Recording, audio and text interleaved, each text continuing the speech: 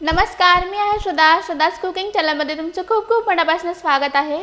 तर हे पहा, आपण जे पापड तळून घेतलेलं आहे त्याची जाडी पाहू शकता. त्याचबरोबर याचा आवाज ऐका, किती खुसखुशीत आणि क्रिस्पी आपला असा पापड बनवून तयार झालेला आहे. आणि त्याचबरोबर कमी तेलकट. चला तर रेसिपीला सुरुवात करूया.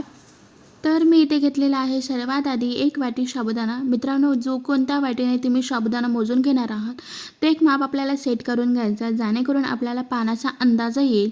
त्यामुळे आपल्याला कोणत्याही एका वाटीच्या मापाने सर्वात आधी साबुदाणा मोजून घ्यायचा. तर मी इथे 200 प्रमाणात, वजनी प्रमाणात 250 ग्राम साबुदाणा घेतलेला आहे. तुम्ही इथे कोणत्याही कितीही प्रमाणात साबुदाणा घेऊ शकता. मी तुम्हाला पुढे पाण्याचं प्रमाण सांगणार आहे. तर मी इथे कढई ठेवून घेतलेली आहे गॅसवरती आणि आपल्याला साबुदाणा साधारण 7 ते 8 मिनटं छान कुरकुरीत होईपर्यंत भाजून घ्यायचा आहे.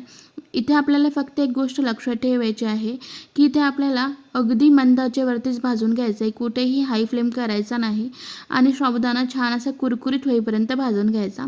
साधारण 8 मिनिटानंतर खाऊन बघायचा कुरकुरीत झालेला आहे का साबुदाणा. खाऊन बघल्यावरती कुठेही दाताला चिटकत नसेल आणि कुरकुरीत लागत असेल त्यावेळेस गॅसचा फ्लेम बंद करून घ्यायचा आहे आणि एका प्लेटमध्ये साबुदाणा भाजून घेतलेला थंड होण्यासाठी काढून घ्यायचा आहे.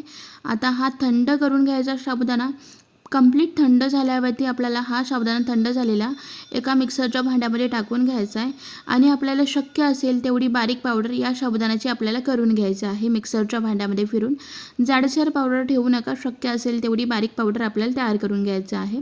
तर मी इथे साबुदाण्याची पावडर तयार करून घेतलेली आहे, अगदीच बारीक तयार करून घेतलेली आहे.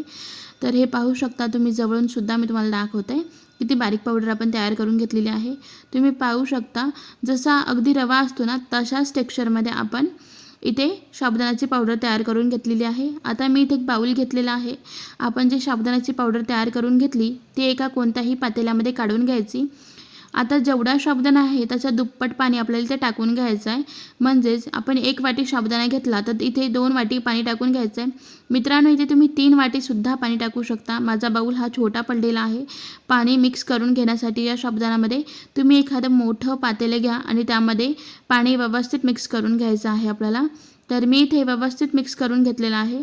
आता 2 वाटीला पाणी शिल्लक होतं, थोडंसं टाकून नव्हतं घेतलं. आता आपण टाकून घेऊयात. तर मी या पाण्यामध्ये साबुदाणा व्यवस्थित मिक्स करून घेतला. साबुदाण्यामध्ये पाणी मिक्स करून घेत असताना एक सर्वात महत्त्वाची गोष्ट अशी आहे की साबुदाण्याची गुठळी आपल्याला कोणत्याही प्रकारे नाही ठेवून घ्यायचं आहे. साबुदाण्याचा जर गुठळ्या राहत असतील तर त्या गुठळ्या आपल्याला फोडून घ्यायचं चमच्याच्या मदतीने. तर अजून एक महत्त्वाची गोष्ट अशी आहे की तुम्ही इथे 2 वाटीच्या ठिकाणी 3 वाटीसुद्धा पाणी टाकून घेऊ शकता, जेणेकरून हे बॅटर एक फ्लोईंग तयार होईल त्यामुळे. तर तुम्ही पाहू शकता साबुदाण्याचं मिश्रण थोडंसं घट्टसर झालेलं आहे, पण मी याच पद्धतीचं घट्टसरच बॅटर ठेवून घेणार आहे. आता मी गॅसवरती सेम तीच कढई ठेवून घेतलेली आहे. ज्या वाटीने आपण साबुदाणा मोजून घेतलेला आहे त्याच वाटीने आपण पाणी देखील मोजून घेऊयात. तर मी इथे 4 वाटी पाणी टाकून घेते. तर इथे आपल्याला एकदाच खूप जास्त पाणी नाही टाकायचं आहे. 4 वाटी साबुदाण्याला सर्वात आधी पाणी टाकून घ्यायचं. त्यानंतर असं वाटलं पुढे जाऊन की 6 ते 7 मिनिटामध्ये मिश्रण घट्ट झालेलं आहे, त्यावेळेस आपण एका बाजूला पाणी गरम करून घेऊयात, त्यावेळेस टाकून घ्यायचं आहे. जर आपल्याला पापडाचं मिश्रण घट्टसर वाटलं तरच आपण यामध्ये पाणी टाकून घेणार आहोत. इथे मी 1.5 चमचा उपवासाचं मीठ टाकून घेते. तर आता आपल्याला हे मीठ टाकून घेतलेलं या पाण्यामध्ये व्यवस्थित मिक्स करून घ्यायचं आहे आणि आपण जे साबुदाण्याचं मिश्रण पाणी टाकून मिक्स करून घेतलं होतं ते थोडं थोडं करून आपल्याला टाकून घ्यायचं आहे आणि व्यवस्थित या पाण्यामध्ये मिक्स करून घ्यायचं आहे.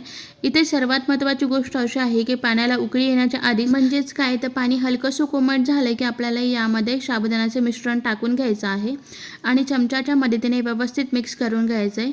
इथे जर साबुदाण्याचे गुठळ्या राहत असतील तर त्या फोडून घ्यायचं आहे. आणि इथे अजून एक महत्त्वाची गोष्ट म्हणजे लो टू हाय मीडियमवरती हे आपल्याला साबुदाण्याच्या पापडाचं मिश्रण शिजवून घ्यायचं आहे. अगदीच हाय फ्लेम नाही करायचा, नाहीतर घट्टसर खूप लवकर होतं आणि त्याचमुळे आपल्याला पाण्याचं प्रमाणसुद्धा जास्त लागू शकतं. त्यामुळे आपल्याला ह्या साबुदाण्याचे मिश्रण कंप्लीट 10 ते 12 मिनटं व्यवस्थित लो टू हाय मीडियमवरती शिजवून घ्यायचं आहे. तर इथे अजून एक महत्त्वाची गोष्ट म्हणजे ज्यावेळेस आपण साबुदाण्याचे मिश्रण टाकून घेतो त्यावेळेस चम्मच कंटिन्यू फिरवतच राहायचं आहे. जर आपण चम्मच नाही फिरवून घेतला तर साबुदाणा तळाशी बसेल आणि त्याचबरोबर तळाशी लागेलसुद्धा आणि वरचं पाणी ते वरीच राहील.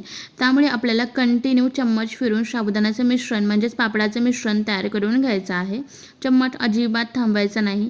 ही खूप जास्त महत्त्वाची गोष्ट आहे जे की आपल्याला लक्षात ठेवायचं आहे.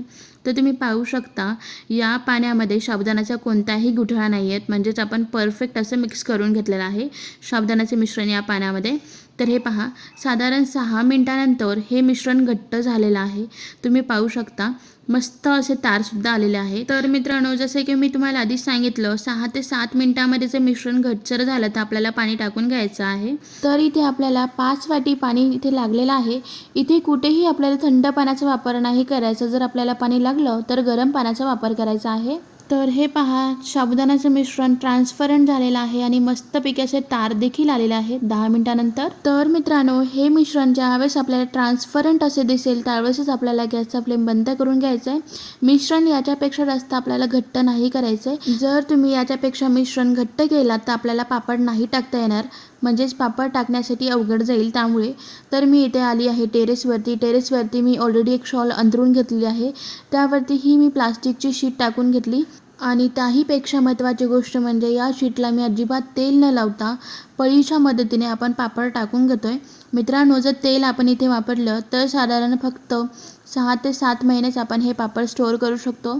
जर आपण अजिबात तेलाचा वापर नाही केलात तर 1.5 ते 2 वर्ष आपण हे पापड स्टोअर करू शकतो. आणि इथे सर्वात महत्त्वाची गोष्ट अशी आहे की हे मिश्रण पापडाचं गरम असेपर्यंतच आपल्याला पटापटा पळी पापड बनवून घ्यायचे आहेत. मी इथे मोठे साबुदाण्याचे पापड बनवून घेते.